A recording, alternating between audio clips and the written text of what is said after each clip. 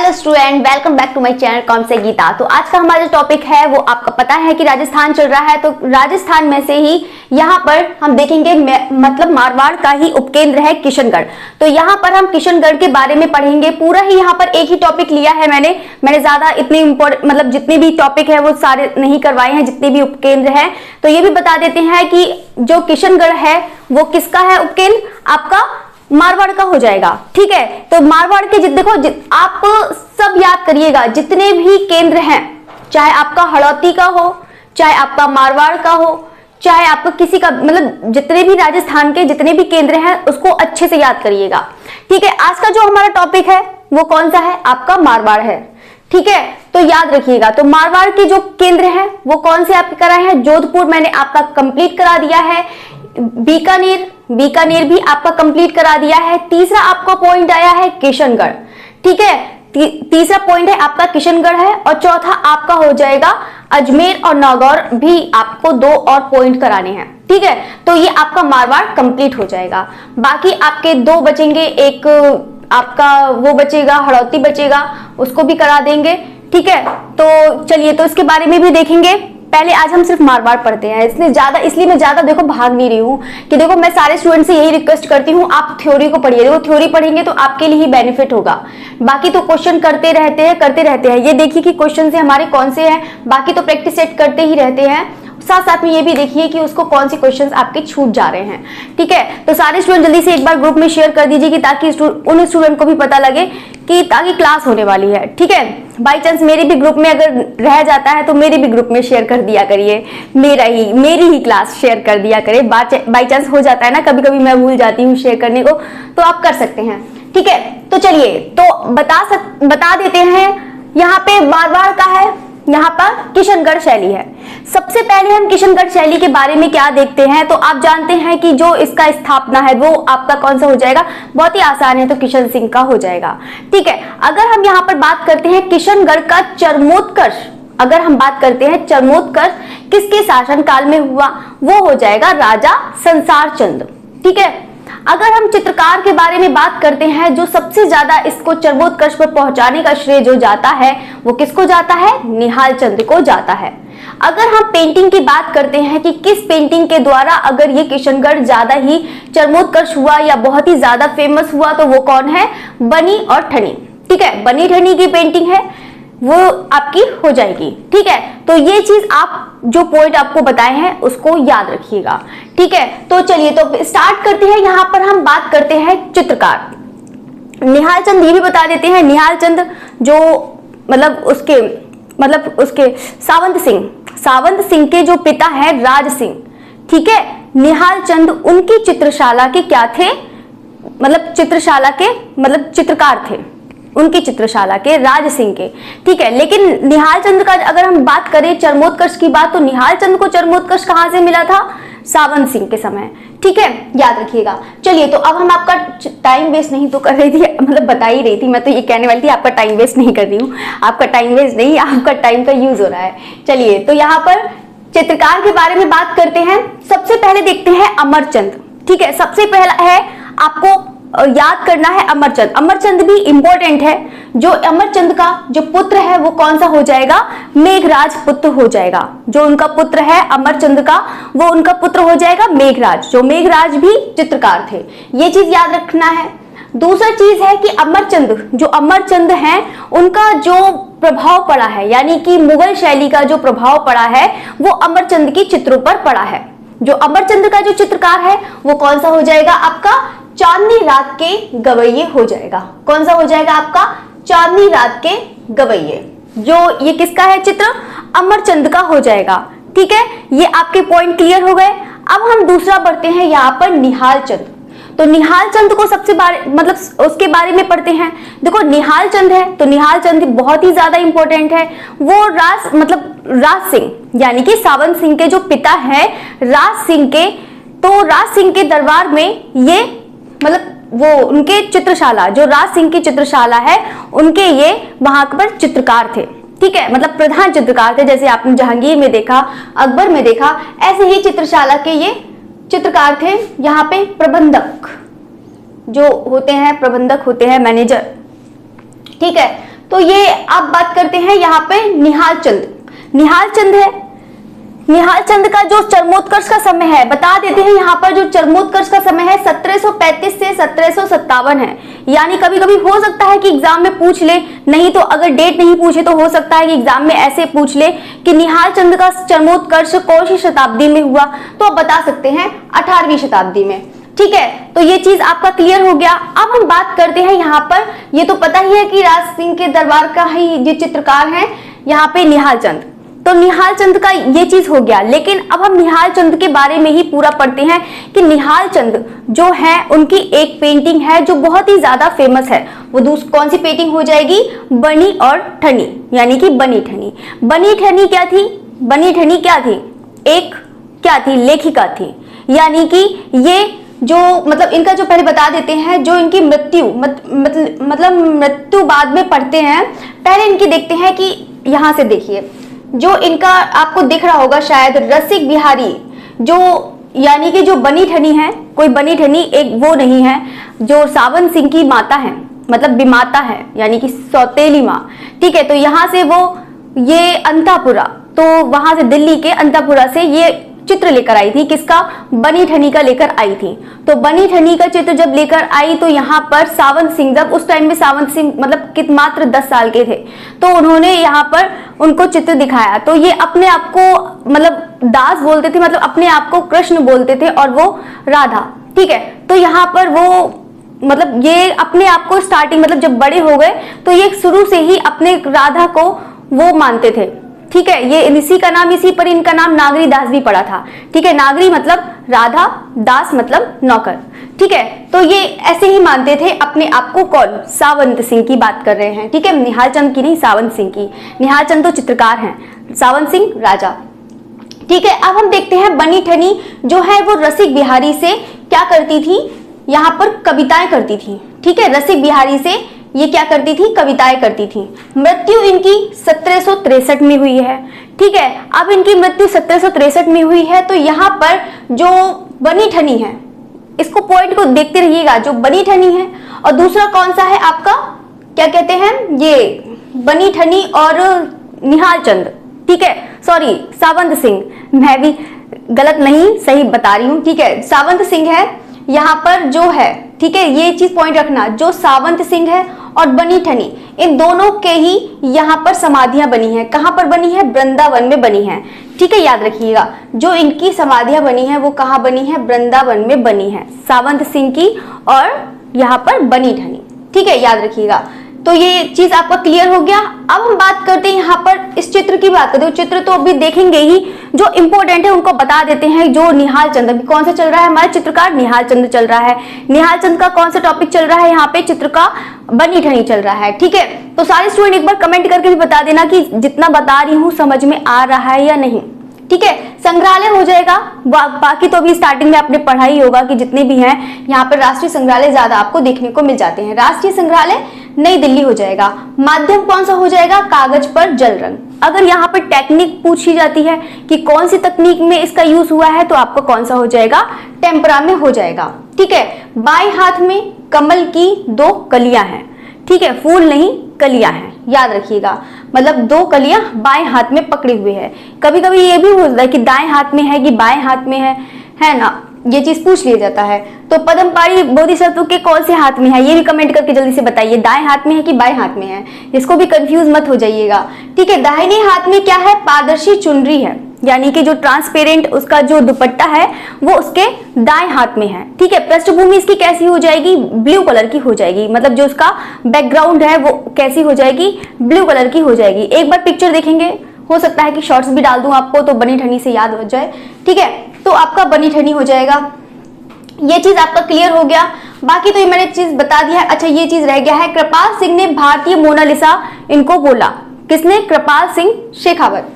ठीक है, बनी ठनी तथा सावंत सिंह का ये बता दिया है समाधियां। भारत सरकार ने बनी ठनी के जो पिक्चर है उस पर एक डाक टिकट भी जारी किया हुआ था। किसने? भारत सरकार द्वारा। ठीक है, ये चीज याद रखिएगा। बाकी यहाँ पे बनी ठनी का जितना भी है वो आपका पूरा कंप्लीट करा दिया है। बाकी आके जो चित्रकार हैं वो आपको मैं बता देती हूँ कि कौन से आपको याद करने हैं, वो तो बिल्कुल माइंड से बिल्कुल निकलने ही मत देना। ठीक है, तो एक पहला है अमरचंद, मोस्ट इंपोर्टेंट है। निहाल चंद, उसको तो बिल्कुल सबको ही याद होगा क्योंकि यहाँ पर बार बार ये चित्र पढ़ते हैं और अभी तक एग्जाम में बार बार पूछा भी जाता है। ठीक है, तो ये चीज याद रखिएगा। भवानी दास इंपॉर्टेंट है। मेघराज तो पता ही है कि अमरचंद्र के पुत्र हैं। कौन? मेघराज। सीताराम ठीक ठीक है, ज्यादा नहीं है, ये चीज बस ये है, मोस्ट इंपोर्टेंट है। निहाल चंद देखिएगा और मेघराज ठीक ठीक है। नानक राम, सूरजमहल, रामनाथ, जोशी सवाई राम, लाडली दास। ठीक है, ये चीज याद रखना। बाकी तो सभी पढ़ लेना। ठीक है, तो ज्यादा इतना नहीं है। बाकी इसमें से यही चीज भवानी दास इंपॉर्टेंट है। ठीक है, पूछ लेता है। मेघराज भी इंपॉर्टेंट है। बाकी तो सबको ही है, बस 2-3 और ही बच्चे, उसको भी याद कर लेना है ना, क्या जाता है, इतना याद कर लेंगे तो क्या है। देखो सारे स्टूडेंट देखो अच्छे से समझिएगा। बाई चांस अगर कोई स्टूडेंट आंसर नहीं दे रहा है, देखो थ्योरी कराने को दो। कोई भी स्टूडेंट, आप भी जानते हैं, कोई भी टीचर यहाँ पर कोई भी थ्योरी नहीं कराएगा। आप थ्योरी को तभी पढ़ने को मिलेगा जब आप पेड क्लास लेंगे। पेड क्लास लेंगे तभी आपको थ्योरी मिलती है। सोचिए कि मैं आपको यहाँ पर थ्योरी पूरी पढ़ा रही हूँ और आपको अच्छा पढ़ा रही हूँ। बस आप लोग से बस यही, आपसे कुछ नहीं चाहिए, कुछ भी नहीं चाहिए। बस ये है कि आप ज्यादा से ज्यादा स्टूडेंट जुड़िए और इसको वॉच करिए, बस यही चाहिए। तो इतना छोटा सा काम मैंने दिया है। चलिए, तो यहाँ पर है, चलिए ये तो हो गया। अब हम देखते हैं यहाँ पे चित्र, जो मोस्ट इंपोर्टेंट है। चित्र देखते हैं कौन कौन से हैं। चांदनी रात की गवैया, ये चीज मैंने बता ही दिया है, ये किसका हो जाएगा? अमरचंद का हो जाएगा, ये चीज याद रखिएगा। दूसरा है कृष्ण का राधा से प्रणय निवेदन। ठीक है, याद रखिएगा। कृष्ण राधा को पान का पत्ता देते हुए, यहाँ पे देखो राधा कृष्ण बहुत दिख रहे हैं। ठीक है, यहाँ पर कृष्ण राधा को पुष्प अर्पित करते हुए राधा कृष्ण का नौका विहार यानी कि प्रेम का। देखो यहाँ पे जो किशनगढ़ है, देखो यहाँ पर एक चीज और बता देती हूँ।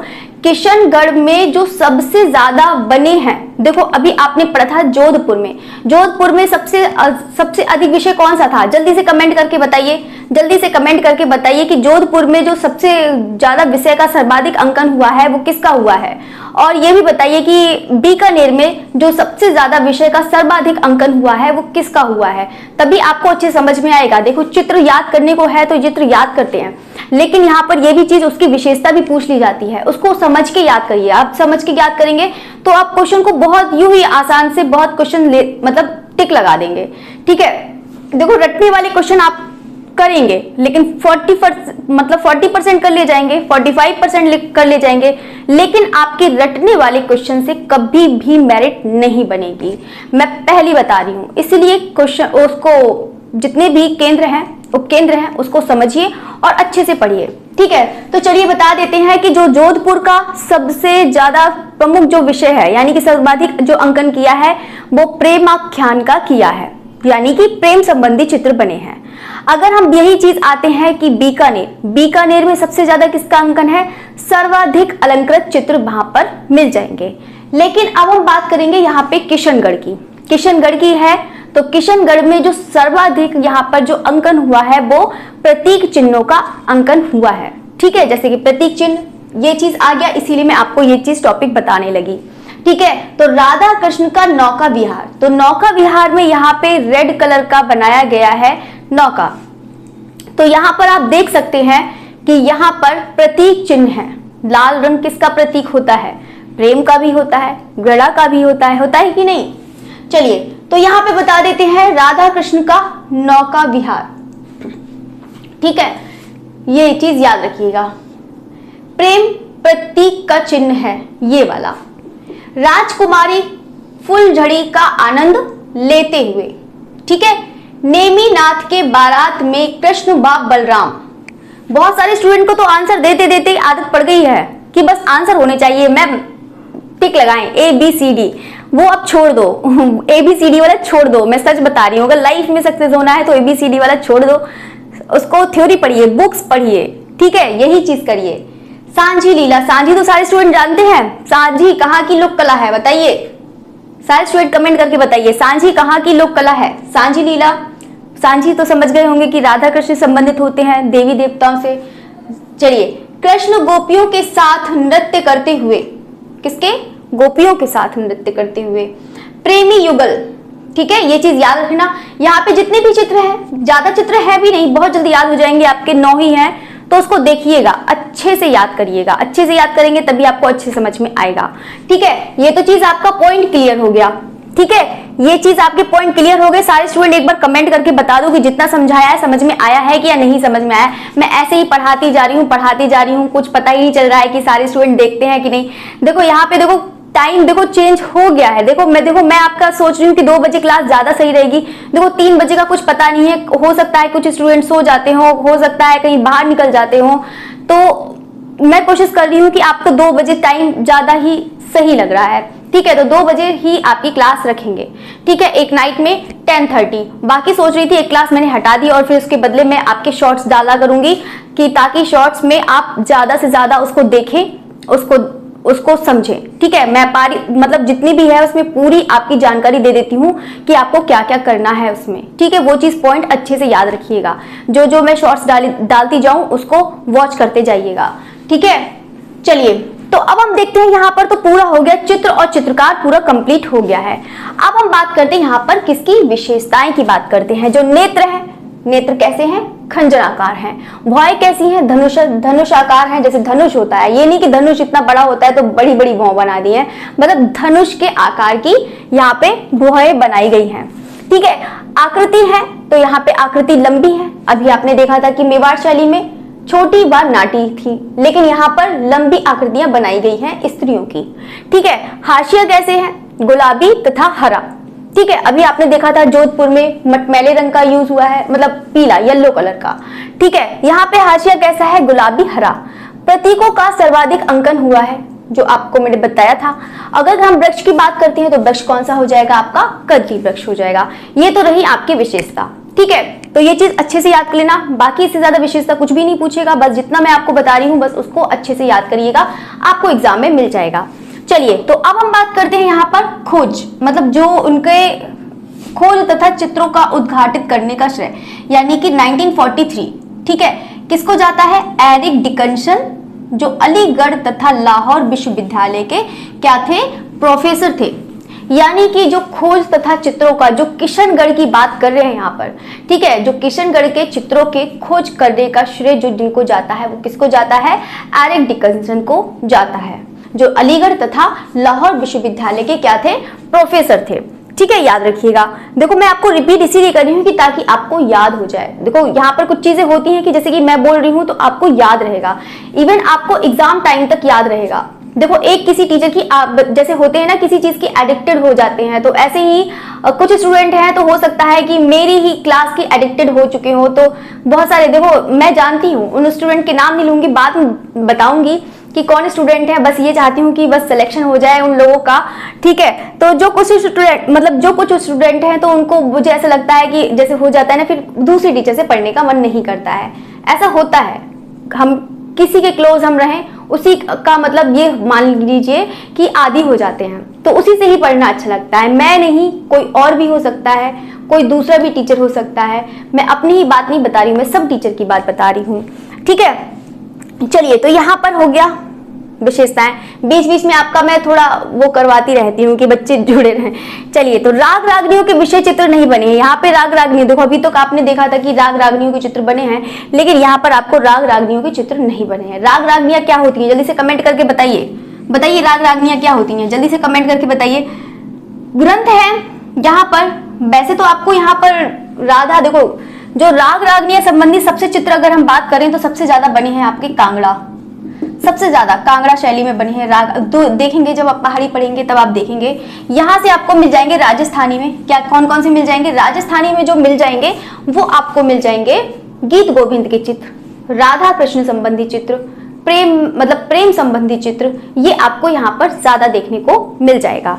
ठीक है, चलिए तो अब हम बात करते हैं यहाँ पर 1820 में, मतलब ईस्वी में लाडली दास ने कल्याण सिंह के दरबार में गीत गोविंद का चित्रण किया है। देखो यहाँ पे गीत गोविंद के चित्र मिल जाएंगे तो आपको समझ में आ रहा होगा कि अधिकतर सभी लोग मतलब गीत गोविंद है। तो जल्दी से सारे स्टूडेंट बताइए कि मेवाड़ में गीत गोविंद का चित्र किसने किया है? बताइए जल्दी से कमेंट करके। चलिए, गीत गोविंद का चित्रण किया है 1737 में भागवत पुराण, यानी कि भागवत पुराण। देखो, गीत गोविंद हो गया, भागवत पुराण भी बताइए कि किसने चित्रित किया है। जितना मैंने पढ़ा दिया है सब बताते जाइए, ठीक है? पढ़िएगा भी, ये नहीं कि नहीं पढ़ेंगे तो कुछ काम नहीं हो पाएगा। चलिए, तो भागवत पुराण का जो चित्रण किया है वो किसने किया है? निहाल चंद ने किया है।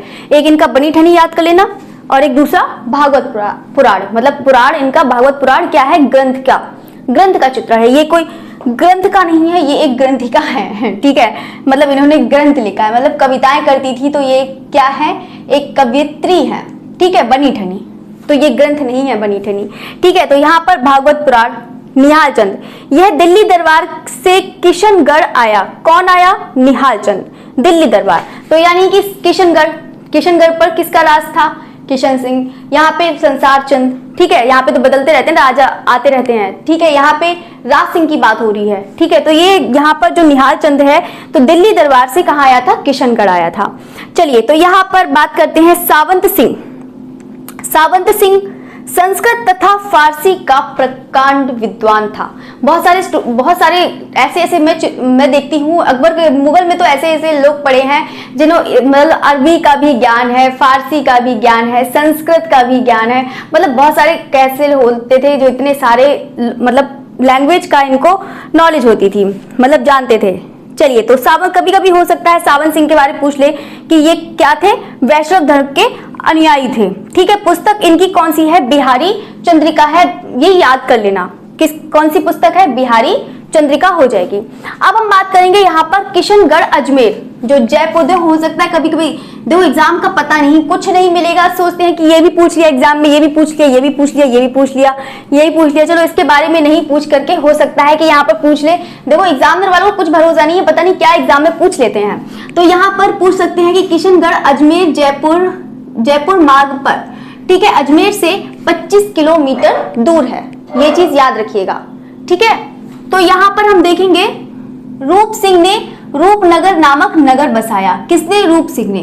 राज सिंह सावंत सिंह के जो पिता हैं, ठीक है, जो लेखक भी हैं, कला भी हैं, मतलब कला प्रेमी भी हैं, मैं कला भी कह रही हूँ, कला प्रेमी भी हैं तथा चित्रकार भी हैं, ठीक है? ये एक कला प्रेमी भी थे, जैसे चित्रकार भी थे, जैसे अकबर थे वो चित्रकार भी थे, वो भी चित्रकारी किया करते थे, ऐसे कला प्रेमी भी थे, ठीक है? तो यहाँ पे राज सिंह है सावंत सिंह के जो पिता हैं, ठीक है? तभी तो अभी राज सिंह के यहाँ पर आपने देखा था, क्या देखा था? उनके पुत्र देख रहे थे, सावंत सिंह, ठीक है? तो सावंत सिंह भी बहुत ही ज्यादा इंटरेस्टेड थे, ठीक है?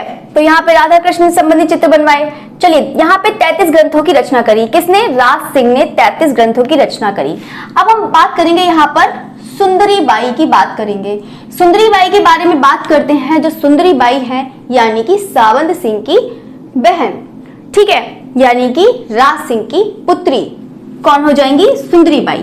तो उन्होंने कृष्ण भक्ति गीतों की भी रचना करती थी, जो मीरा भाई की मतलब मीरा भाई कह रही हूँ, मीरा बाई की भांति, मतलब उनकी तरह ही ये, मतलब जो कृष्ण भक्ति होती है उनके गीतों की रचना करती थी, मतलब जैसे मीरा बाई करती थी ऐसे ही ये भी। कौन? सुंदरी बाई। चलिए, तो ये चीज तो मैंने आपको बता दिया है, क्लियर करवा दिया, कुछ पॉइंट तो नहीं छूटा है। कभी कभी मैं देख लेती हूँ, बहुत सारा एक बार हो जाता है, कोई सा पॉइंट छूट जाता है, ठीक है? तो बाकी मैंने आपको किशनगढ़ पूरा कंप्लीट करा दिया है। आप लोग से हम्बल रिक्वेस्ट है कि उसको बार बार देखिए, बार बार समझिए और उसको नोट डाउन करिए और बार बार उसको लर्न करिए। देखो, जितना पूरा किशनगढ़ में जितना भी इंपॉर्टेंट है मैंने सब बता दिया है, उसको अच्छे से लर्न करिए और साथ साथ में लाइक भी करिए, शेयर भी करिए। बाकी स्टूडेंट से, देखो मुझे तो लगता है कि किसी भी स्टूडेंट से मुझे सपोर्ट मिलता है। इतनी क्लास लेने के बाद भी मैं इतनी मेहनत से भी पढ़ाती हूँ ना, तो जाके कहीं इतनी मेहनत करके पढ़ाती हूँ, उसके बाद भी मुझे ऐसा लगता है कि एक सब्सक्राइबर मेरा बढ़ता होगा। बहुत लोग से एक हम्बल रिक्वेस्ट है, अगर कोई भी स्टूडेंट अगर कॉलेज में पढ़ता है तो आप उससे सब्सक्राइब करवाइए। देखो, मैं तो यही चाहती हूँ कि देखो ज्यादा से ज्यादा स्टूडेंट होंगे। देखो यहाँ पर ये होता है कि देखो मेरा कोई भी नहीं, जब तक मेरे तो 1000 नहीं होंगे तब तक तो मुझे तो लगता है कि मैं आगे यहाँ पे बढ़ भी नहीं सकती हूँ। लाइव क्लास में मुझे प्रॉब्लम होती है, ठीक है? तो तभी मैं सोच रही हूँ कि बोर्ड पर क्लास लूँ, मैं जल्दी से हो जाए, फिर मैं अपना क्लास भी लूँ, ठीक है? तो जल्दी से आप कोशिश करिए कि जितने भी स्टूडेंट्स हैं, हम्बल रिक्वेस्ट है कि ज्यादा से ज्यादा लोगों को शेयर करें, कि ताकि जितनी मेहनत करती हूँ आप लोग को, मतलब उन लोग को मिले। हो सकता है कि आप अपने भाई से करवाइए, सिस्टर से करवाइए, कोई बात नहीं, कोई बात नहीं, आप आर्ट के नहीं है, कोई बात नहीं, लेकिन बस मुझे इससे कोई मतलब नहीं है, बस ये है 1000 होने चाहिए, ठीक है। तो आप लोग से हम्बल रिक्वेस्ट है, जो बहुत ही ज्यादा चाहते हैं वो तो कम से कम करवाइए ये, है ना, मतलब जो मुझे लाइक करते हैं, बाकी तो पता नहीं, बाकी तो पता ही नहीं कि लोग क्या करते हैं, ठीक है। बाकी तो फॉर्मेलिटी करते हैं, देखते हैं, बस हो गया, काम निकल गया, ठीक है। कुछ समझ में नहीं आया तो फिर वो क्लास भी नहीं देखते हैं, मतलब लेफ्ट हो जाते हैं। तो आप ऐसा ना करिए। देखो, जो भी आपको मैं बता रही हूँ यहाँ पर बहुत अच्छा बता रही हूँ, और यहाँ पर ऐसा कोई भी नहीं बताएगा, आपको पेड क्लास में भी नहीं मिलेगा, ठीक है। तो यहाँ पर कोशिश करिए कि आप इसको अच्छे से लर्न करिए, अच्छे से याद करिए, नोट डाउन करिए। चलिए, तो फिर मिलते हैं हम 10:30 पर लाइव क्लास में मिलते हैं, और बाकी सारे स्टूडेंट शॉर्ट्स आप वीडियो देखा करिए, ठीक है। बाकी 10:30 फिर से बोल रही हूँ, 10:30 मिलते हैं। चलिए, ओके, थैंक यू एवरीवन। जाते जाते सारे स्टूडेंट लाइक भी कर दी जाइएगा। Okay, thank you everyone.